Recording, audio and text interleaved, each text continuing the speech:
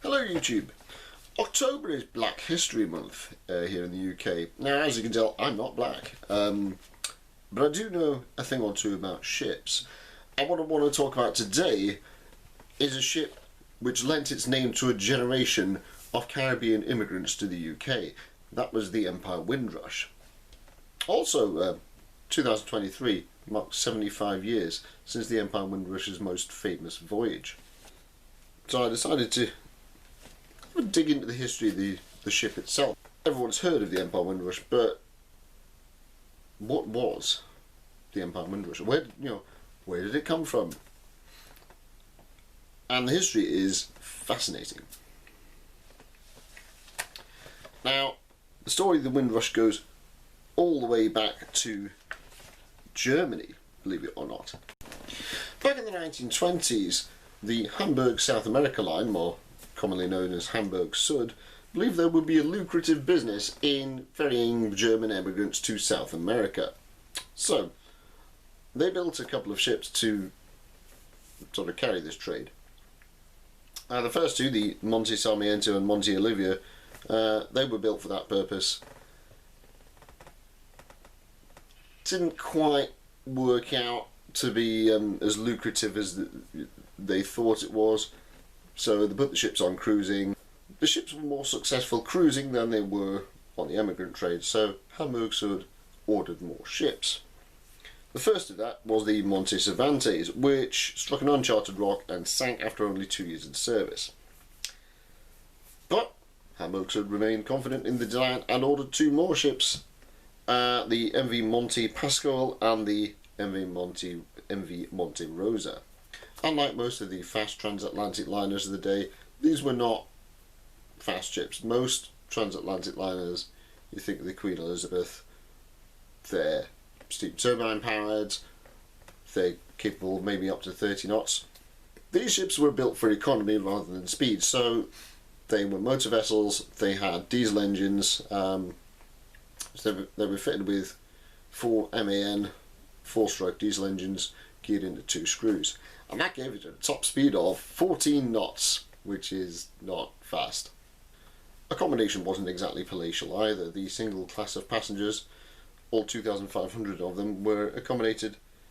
1,150 were in cabins and 1,350 were in dormitories. This was kind of expected on the emigrant trade. They weren't carrying rich businessmen to New York, they were just, carrying your average Joe down to Argentina. So, yeah, they weren't luxury vessels, just, pretty ordinary, slow passenger ships. So, Monte Rosa comes into service in 1931, just as the Great Depression hits, and of course, there's an inevitable downturn in the cruise business. So she just kept on the immigrant trade to South America. After the Nazi regime came to power in 1933, Monte Rosa and two of her sisters, Monte Olivia and Monte Sarmiento, were chartered to provide cruise holidays for Germans under the Strength Through Joy program.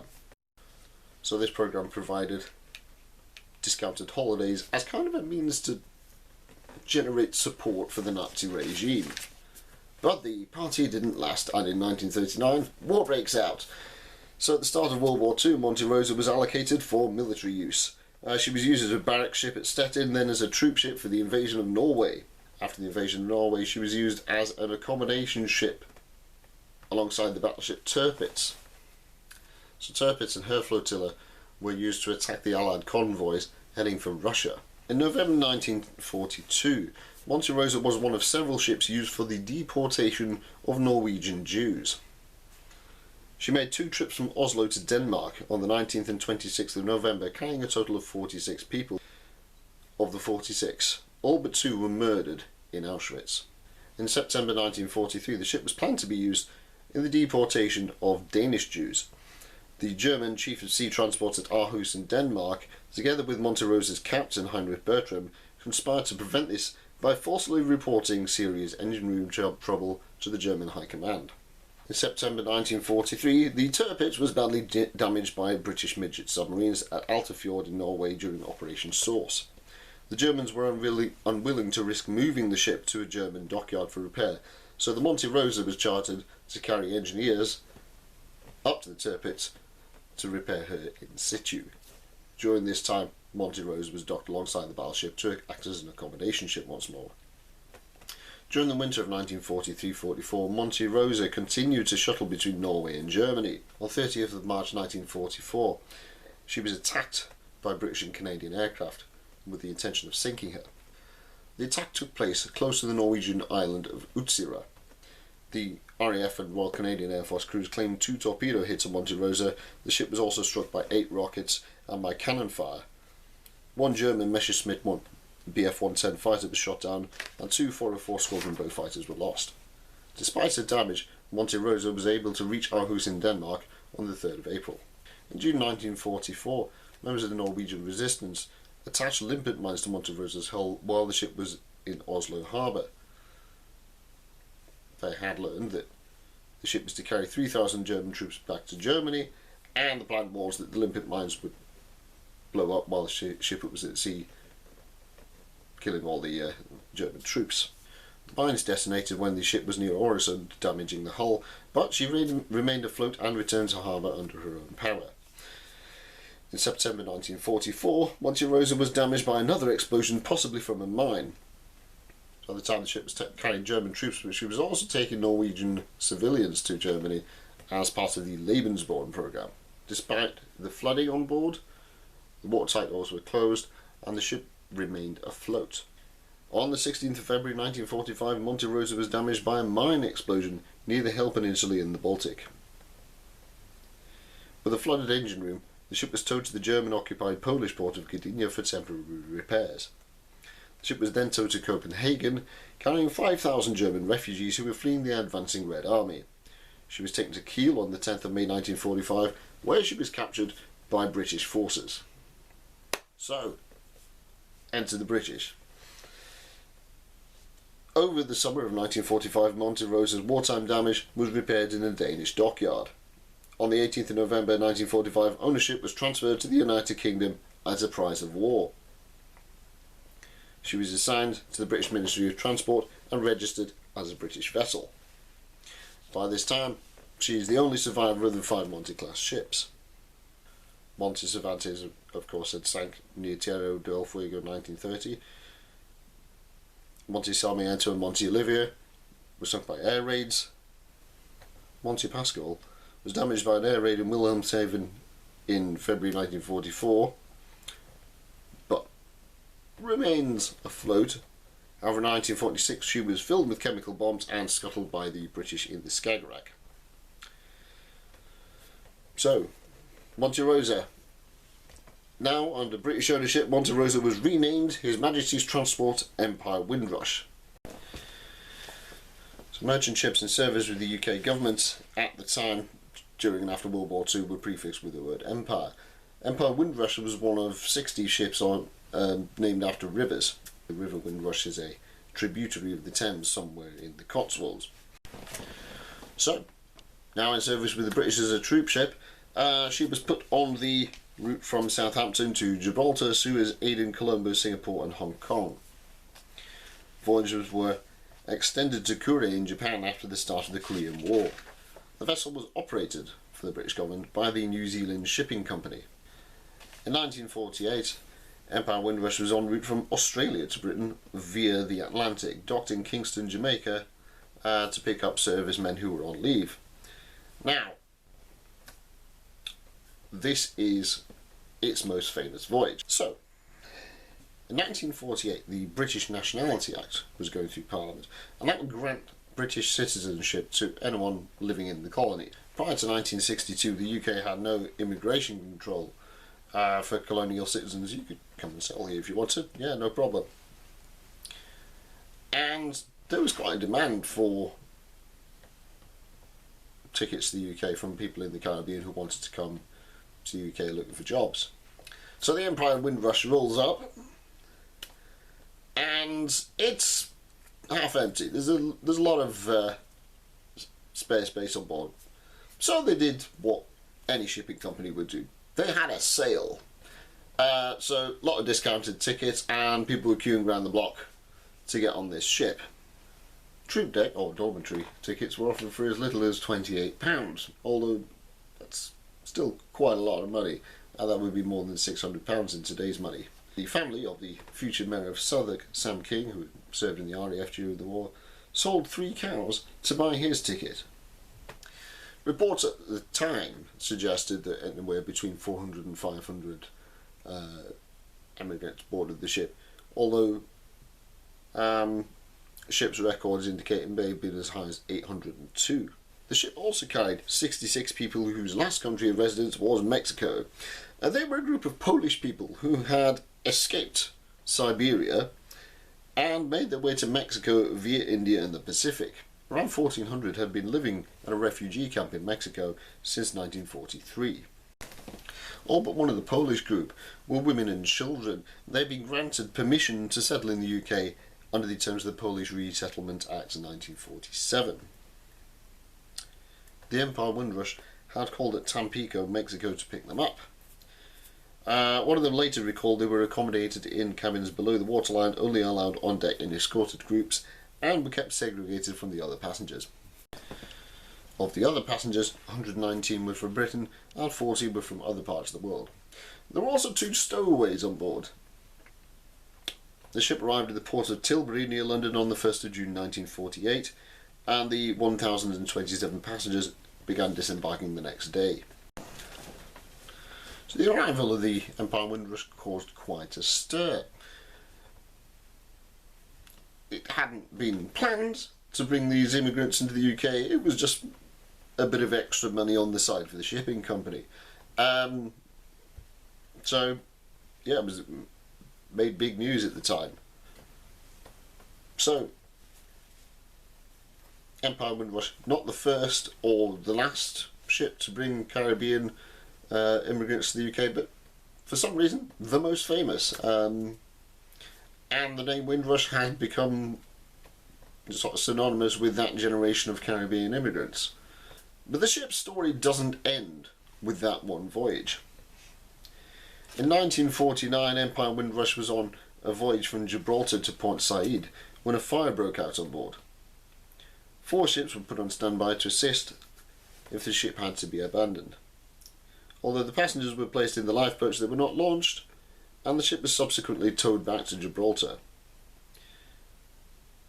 In February 1950, the ship was used to transport the last British troops stationed in Greece back to the UK, embarking the 1st Battalion of the Bedfordshire and Hertfordshire Regiment at Thessalonica on the 5th of February. More troops and their families were picked up in Piraeus.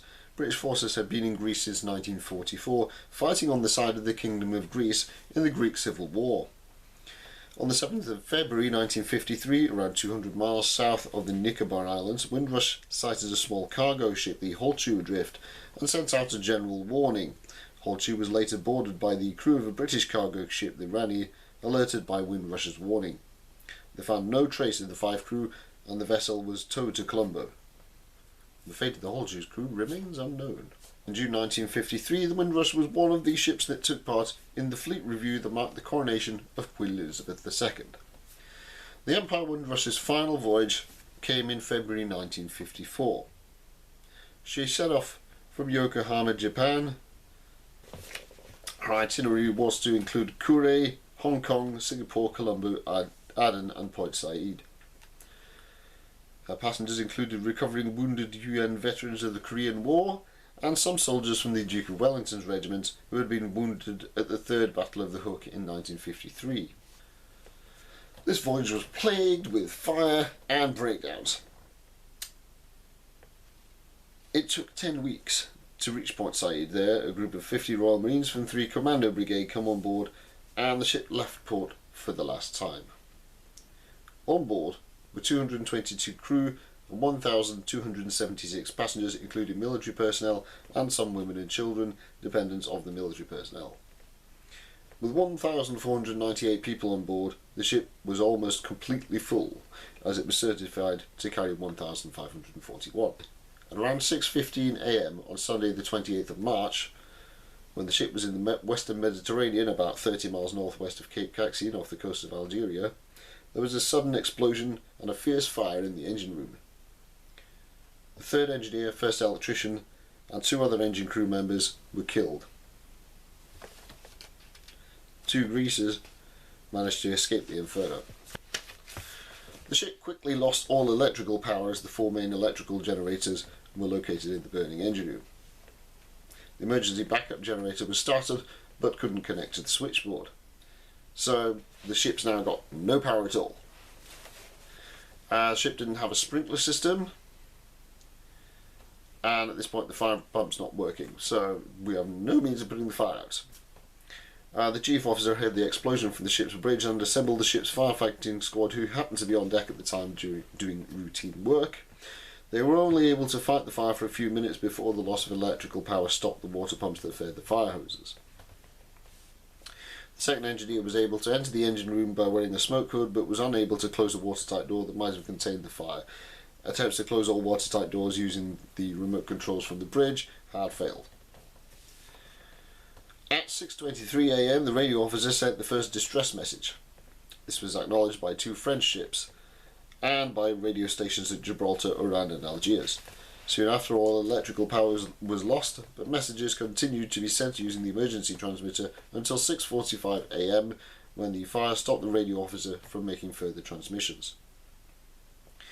The order was given to wake the passengers and crew and assemble them at their emergency stations, but the public address system wasn't working due to lack of power. Also, the ship's whistles were out as well. They were out of action due to no power. So the alarm had to be transmitted by word of mouth. At 6:45 AM, all attempts to fight the fire were halted, and the order was given to launch the lifeboats, with the first ones away carrying the women and children on board and the ship's cat. While the ship's 22 lifeboats could accommodate all on board, not all of them could be launched due to the thick smoke and the lack of electrical power.